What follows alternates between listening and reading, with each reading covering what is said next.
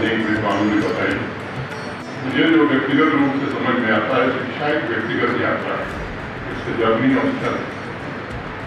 और मुझे लगता है कि उससे थोड़ा आगे अगर हम बढ़ते हैं तो इससे जर्नी ऑफ इनर है। विद्यार्थी अपनी अंतर्ध्वनि को पहचान ले, टीचर उसे इस प्रकार शिक्षित करे विद्यार्थी अपनी अंतर्ध्वनि को पहचान सके। मैं समझता हूँ शिक्षा का काम हमारा पूरा हो गया। फिजिक्स भारत यात्रा से मैं समझता हूँ कि स्टूडेंट्स को फिजिक्स के प्रति रुचि और ज्ञान बढ़ावा देने के लिए आयोजित किए जाने वाले कार्यक्रम है, ऐसा मैं मानता नहीं। मैं मानता हूँ कि भारत के मन को जागृत करने का एक विशेष अभियान है, एक दूरदर्शी और परिवर्तनकारी यात्रा होगी, ऐसा मैं मानता हूँ। ये पूरे भारतवर्ष में स्टूडेंट्स और टीचर्स के बीच जो बात अभी यहाँ की डीसी ने कहा है, गुलाटी साहब ने किया, क्रिएटिविटी और साइंटिफिक टेम्पर, इसको प्रमोट करने की यात्रा है। ये समाज में साइंस की अलग जगाने की यात्रा है। और मैं समझता हूँ ये साइंस एक्सपेरिमेंट्स को भी प्रमोट करने के लिए शुरू किया गया एक राष्ट्रव्यापी अभियान। भारत जिस समय साइंस और इसकी स्पिरिचुअलिटी की चेतना के परम शिखर पर, उस समय भारत पूरे दुनिया में सबसे मॉडर्न देश पर, उस समय अमेरिका, यूरोप, चाहे दुनिया के अनेक विकसित देश, मैं समझता हूँ उनसे बहुत पीछे हुआ करते थे। पूरे विश्व को बताया था फिजिकल वर्ल्ड की उत्पत्ति सूक्ष्म कणों के संगम से होती है, जिन्हें एटम कहा जाता है। युवा विद्यार्थियों को जानकर आश्चर्य होगा, एक समय था जब दुनिया की जीडीपी में भारत का हिस्सा 33% हुआ। अमेरिका, कनाडा और उस समय जो शेयर था 0.5%।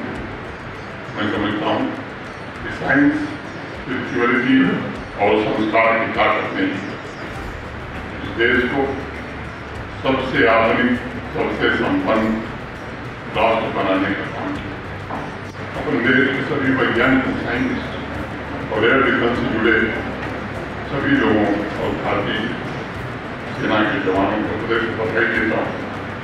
9-10 मई की रात भारत का जाबानी हमला एक ऐतिहासिक मील का पत्थर बन गया, जब पहली बार किसी देश ने परमाणु हथियार संपन्न राष्ट्र के हवाई स्थानों पर सफलतापूर्वक हमला किया। मिनटों में भारत ने पाकिस्तान के भीतर नूर खान समेत 11 सैन्य ठिकानों को रफीकी हो, मुरीद हो, चुप्पू हो, सियालपुर, तसरूर, चुनियन, सरगोदा, स्कर्दू, घोड़ाई, चकोबाबाद, ये सभी को निशाना भारतीय सेना ने बनाया। और साथ ही पाकिस्तान में लाहौर एयर डिफेंस सिस्टम को पूरी तरह से निष्क्रिय कर दिया। हमले के पहले और हमले के बाद इसे लाइव तस्वीरें आज पूरा देश नहीं, पूरी दुनिया देख। और इसलिए मेरा मानना है साथियों कि ऑपरेशन सिंदूर में भारत की वैज्ञानिक ताकत, उसके साइंटिफिक पावर को भी दिखाया है। भारत ने साबित किया कि हमारे साइंटिस्ट, हमारे टेक्नीशियन और हमारे बहादुर जवान, उनका दिमाग, उनका टैलेंट, उनका त्याग, उनका पुरुषार्थ दुनिया में किसी से कम नहीं। यदि उनके समर्पण और टीम स्पिरिट का सम्मान, आत्मनिर्भरता के प्रति भारत की प्रतिबद्धता का भी प्रमाण। हमारे साइंटिस्ट जानते हैं भारत अपनी रक्षा के लिए दूसरों पर निर्भर नहीं रह सकता। हमने अपने स्वदेशी क्षमताएं विकसित की हैं। पाकिस्तान के 73 इलाकों में वायुसेना ठिकानों पर हमारा सफल हमला नए भारत, उभरते भारत का प्रतीक। भारत की सैन्य ताकत राष्ट्रीय सुरक्षा को व्यापक रूप से मजबूत करने की हमारी अर्थव्यवस्था को विकास और अग्रसर करने के हमारे साइंटिस्ट कम्युनिटी के दृढ़ संकल्प का प्रमाण। आप सभी की प्राथमिकता हो साइंस के टीचर्स की कैपेसिटी बिल्डिंग, ये सबसे बड़ी।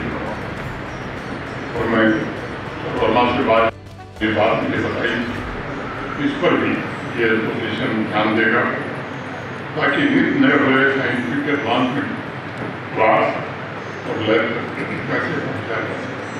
जो टेक्नोलॉजी आज नहीं है कितने दिन में पुरानी हो जाएगी किसी को नहीं। जिस तेज गति से इन्वेंशन हो रहे मैं समझता हूँ टीचिंग खुद में बड़ी चुनौती। टीचर्स को ज़्यादा मेहनत करनी होगी। भारत के दूर दराज के गाँव और ग्रामीण स्कूलों में टैलेंट की कमी थी।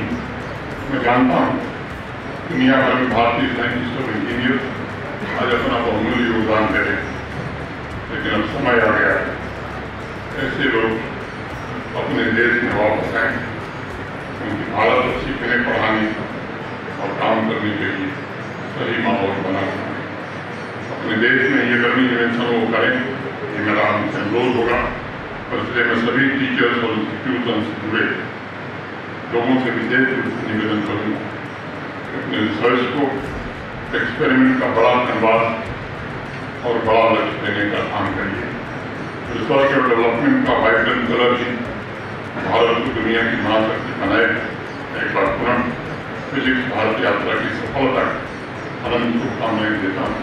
यही बात करते हुए आप सबके ऊपर हृदय से कृतज्ञता करते हुए अपनी बात को विराम देता हूँ। धन्यवाद। जय हिंद।